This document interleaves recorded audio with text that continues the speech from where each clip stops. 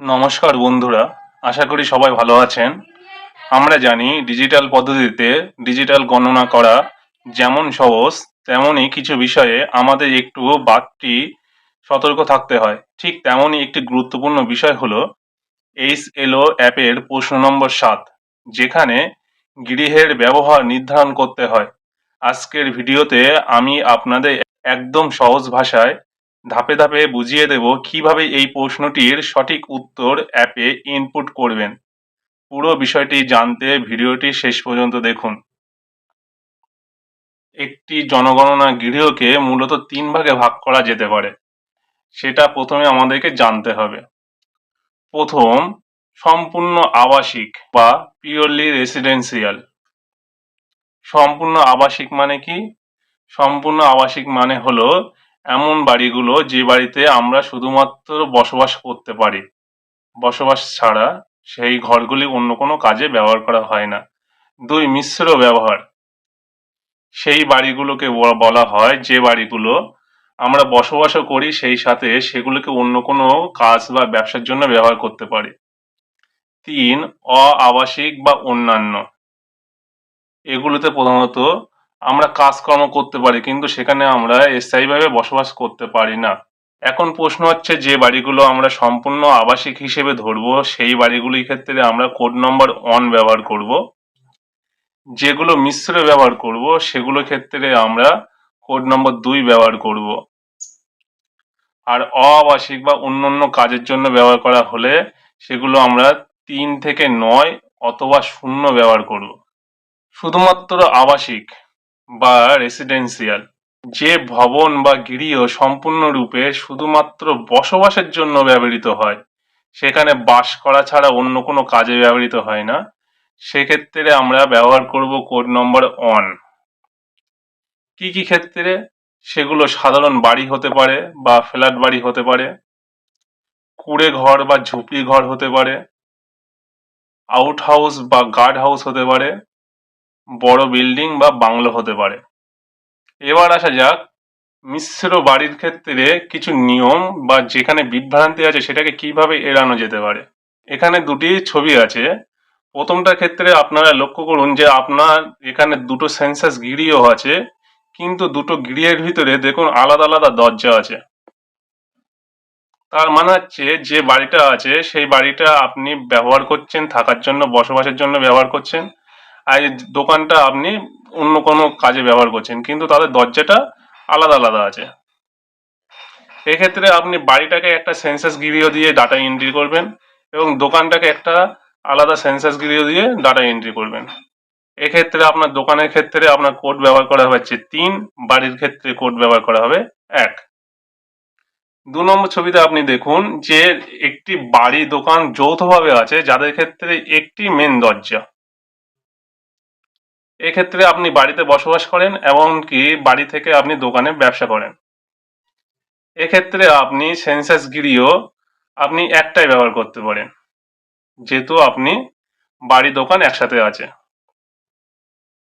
সেই জন্য আপনার এক্ষেত্রে আপনাকে 2 নম্বর কোড ব্যবহার করতে হবে, যে আবাসিক সহ অন্যান্য ব্যবহার। এই আবাসিক সহ অন্যান্য ব্যবহারের ক্ষেত্রে এখানে যে ছবিগুলো দেখতে পাচ্ছেন সেক্ষেত্রে আপনি কোড নম্বর 2 ব্যবহার করতে পারেন, যেরকম আবাসিক সহ মুদির দোকান, অথবা আবাসিক সহ ক্লিনিক, অথবা আবাসিক সহ মন্দির বা উপাসনালয়, অথবা আবাসিক সহ কোচিং সেন্টার। এক্ষেত্রে আপনাকে কোড নম্বর ব্যবহার করতে হবে 02 বা শুধু 2। কারণ এক্ষেত্রে আপনি দেখবেন যে যে মেন যে বসত বাড়ি সেই বাড়ির সাথে আপনার দোকান বা ক্লিনিক যৌথভাবে অ্যাটাচ করা আছে, যার মেন যে দরজা সেটা একটা।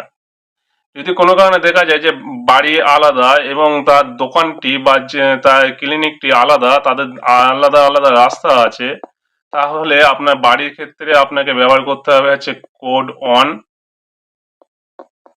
আর এই দোকানের ক্ষেত্রে আপনাকে ব্যবহার করতে হবে কোড 3। এখানে কোড নম্বর 3 কখন ব্যবহার করব? যেখানে দেখব কোনো দোকান বা কোনো কার্যালয় অফিস আছে, কিন্তু সেখানে অন্য কোনো কাজে বসবাস করা হয় না, শুধুমাত্র কাজ বা ব্যবসার জন্য বসবাস করা হয়, সেক্ষেত্রে আমরা কোড 3 ব্যবহার করব। এক্ষেত্রে আপনার দোকানটি আলাদা এবং দোকানের জন্য আলাদা রাস্তার দরজা, এবং যেহেতু এটা একটা সেন্সাস গৃহ, সেই জন্য আপনার এই একটা সেন্সাস গৃহ নম্বর দিতে হবে, এবং এর 7 নম্বর প্রশ্নে গিয়ে আপনাকে কোড নম্বর 3 ব্যবহার করতে হবে। এবার আসা যাক কোড নম্বর 4, শিক্ষালয় বা বিদ্যালয়। এক্ষেত্রে আপনি যদি school, college, coaching centre, ITI বা কোনো মিউজিক স্কুল বা কম্পিউটার সেন্টার দেখতে পান, তাহলে সেক্ষেত্রে আপনাকে কোড নম্বর 4 ব্যবহার করতে হবে। শুধু সত্ত্বেও আপনার একটাকে রাখতে হবে, এখানে থাকার বা লজিং এর কোনো ব্যবস্থা রাখলে হবে না। যদি এখানে থাকার বা লজিং এর কোনো ব্যবস্থা থাকে, তাহলে আপনাকে আবার এটাকে বাড়ি হিসেবে গণ্য করে আপনাকে হয় কোড নম্বর 1 অথবা কোড নম্বর 2 চিন্তা ভাবনা করতে হতে পারে। কোড নম্বর 5, হোটেল বা লজ বা গেস্ট হাউস। এই ক্ষেত্রে আপনি কোড নম্বর 5 ব্যবহার করতে পারেন। এখানেও সত্য যে এখানে কোনোভাবে কোনো স্থায়ী লোক থাকলে হবে না, যারা থাকবে তারা অস্থায়ীভাবে থাকবে। স্থায়ীভাবে থাকলে সেটি আবার আপনাকে কোড নম্বর 1 অথবা কোড নম্বর 2 ব্যবহার করতে হতে পারে। কোড নম্বর 6, এক্ষেত্রে আপনার যেখানে হাসপাতাল বা কোনো ক্লিনিক আছে, সেক্ষেত্রে আপনি কোড নম্বর 6 ব্যবহার করতে পারেন। এই ক্লিনিকটি যদি আপনার বাড়ির সংলগ্ন হয়, সেক্ষেত্রে আপনি 2 অথবা 3 ব্যবহার করতে পারেন। কোড নম্বর 7, একটি বড় কারখানা বা ওয়ার্কশপের ক্ষেত্রে ব্যবহৃত হয়। কোড নম্বর 8, উপাসনালয়ের ক্ষেত্রে ব্যবহৃত হয়। এবার আসা যাক কোড নম্বর 9, অন্যান্য অআবাসিক। আপনি যদি কোনো জায়গায় জিম সেন্টার বা স্টেডিয়াম দেখতে পান, বা মিউজিয়াম বা আর্ট গ্যালারি দেখতে পান, বা কমিউনিটি হল বা থিয়েটার দেখতে পান, সেক্ষেত্রে আপনাকে কোড নম্বর 9 ব্যবহার করতে হবে। এবার আসা যাক একটি গুরুত্বপূর্ণ জায়গা, কোড নম্বর 0, খালি, ভ্যাকান্ট অথবা তালাবন্ধ। সবুজ ক্ষেত্রে আপনি দেখতে পাচ্ছেন কোড নম্বর 0, ভ্যাকান্ট নির্বাচন করুন। কি কি কারণে ভ্যাকান্ট হতে পারে? প্রথম কারণ হচ্ছে আপনি যে বাড়িতে গেলেন, সেই বাড়িতে কোনো কারণে মেরামত হচ্ছে। 2, বাড়িটি এখনো সম্পূর্ণভাবে তৈরি হয়নি। 3, ভাড়ার জন্য খালি করা হয়েছে বা ভাড়াটে চাই সেই জন্য। 4, দেখা যাচ্ছে কোনো ঘর বাড়ি ভাঙার জন্য অপেক্ষায় আছে বা ভগ্নপ্রায় অবস্থায় আছে। সেক্ষেত্রে আপনি ভ্যাকান্ট লিখতে পারেন এবং কোড নম্বর 0 বসাতে পারেন। আপনাকে কারণ হিসেবে এই 4টে কারণের ভিতরে যে কোনো একটা আপনাকে লিখে দেখাতে হবে। কোড 0 নয় কিন্তু লকড কখন ব্যবহার করবেন? কোনো একটি বাড়িতে গিয়ে আপনি দেখলেন যে সেই বাড়িতে লোক বসবাস করে ঠিকই, কিন্তু এই মুহূর্তে তারা বাড়িতে নেই, তারা কোনো জায়গায় হয়তো ঘুরতে গিয়েছে। সেক্ষেত্রে আপনি কোড নম্বর 0 ব্যবহার করবেন না বা ভ্যাকেন্ট করবেন না। সেক্ষেত্রে আপনাকে করতে হবে লক, আর যেই লক হয়ে যাবে আপনার পুরোপুরি ওই অংশটি কাজ বন্ধ থাকবে। আপনি পুনরায় সেখানে আবার এসে দেখে আবার এইটাকে তালাবন্ধ খুলে আপনি কাজ করতে পারেন। আবার স্মরণ করিয়ে দিচ্ছি, প্রশ্ন নম্বর 7 যে কোড নম্বরগুলো আছে সেগুলো আপনি কোন কোন ক্ষেত্রে ব্যবহার করতে পারেন। যদি দেখেন যে আপনি এমন একটি বাড়িতে গিয়েছেন, সে বাড়িতে কেবলমাত্র বসবাস করা হচ্ছে, অন্য কিছু নেই, সেক্ষেত্রে আপনার শুধুমাত্র আবাসিক হিসেবে কোড 1 ব্যবহার করতে হবে। 2, আবাসিক ও অন্যান্য। এমন একটি বাড়িতে গিয়েছেন যেখানে দেখতে পাচ্ছেন যে আপনি, দেখা যাচ্ছে পরবর্তী একটি বাড়িতে গেলেন, যে বাড়িতে আপনি দেখলেন যে একটি দোকান আছে এবং একটি বাড়ি আছে, কিন্তু বাড়িতে ঢোকা বা দোকানে ঢোকার জন্য একটি মাত্র দরজা আছে। সেক্ষেত্রে আপনি কোড নম্বর 2 ব্যবহার করতে পারেন, এবং সেক্ষেত্রে আপনার ওই সেন্সাস গৃহটা একটাই হবে। তারপরে এমন একটি বাড়িতে গেলেন যে বাড়িতে দেখা যাচ্ছে একটি ঘর আছে, তাহলে ঘরের ক্ষেত্রে আপনি কোড নম্বর 1 দিয়ে আপনার সেটা সেন্সাস হাউস আলাদা করতে হবে। যদি কোনো দোকান, তার আলাদা দরজা আছে, সেখানে কোনো বসবাস করা হয় না, শুধু দোকানদারি করার জন্য ব্যবহার করা হয়, তাহলে সেক্ষেত্রে আপনাকে সেন্সাস গিরিয়ে আপনার কোড নম্বর 3 ব্যবহার করতে হবে। যদি কোনো জায়গায় শিক্ষালয় আছে বা বিদ্যালয় আছে, সেখানে কোনো থাকার ব্যবস্থা নেই, মানে সকালে স্কুল হচ্ছে, দুপুরে সবাই চলে যাচ্ছে, সেক্ষেত্রে আপনাকে কোড নম্বর 4 ব্যবহার করতে হবে। যদি ও ক্ষেত্রে আবার ওখানে থাকার ব্যবস্থা হয়, তাহলে সেটাকে আবার আবাসিক হিসেবে আপনাকে 1, 2, 3 এর ভিতরে যে কোনো একটা ব্যবহার করতে হতে পারে। 5 নম্বর, কোনো হোটেল বা লজ যেখানে অস্থায়ী থাকার স্থান। অস্থায়ী মানে হয়তো কেউ 2 দিনের জন্য বা 1 দিনের জন্য থাকলো, 3 দিনের জন্য থাকলো, কিন্তু সে দীর্ঘস্থায়ীভাবে থাকতে চায় না। সেক্ষেত্রে আপনি ওই লজ বা হোটেলটাকে সেন্সাস গিরিয়ে যখন দেখাবেন, সেক্ষেত্রে আপনাকে কোড নম্বর 5 লিখতে হবে। যদি কোনো স্থানে আপনি হাসপাতাল বা স্বাস্থ্যকেন্দ্র বা ক্লিনিক দেখতে পান, তাহলে সেক্ষেত্রে আপনার কোড নম্বর হিসেবে 6 দেখতে পারে, 6 লিখতে পারেন। এখন দেখা যাচ্ছে এই ক্লিনিকটি যদি কোনো বাড়ির সাথে সংযুক্ত থাকে এবং সেই বাড়ি এবং ক্লিনিকের জন্য একটাই দরজা থাকতে পারে, তাহলে আপনাকে 2 নম্বর কোড লিখতে হতে পারে।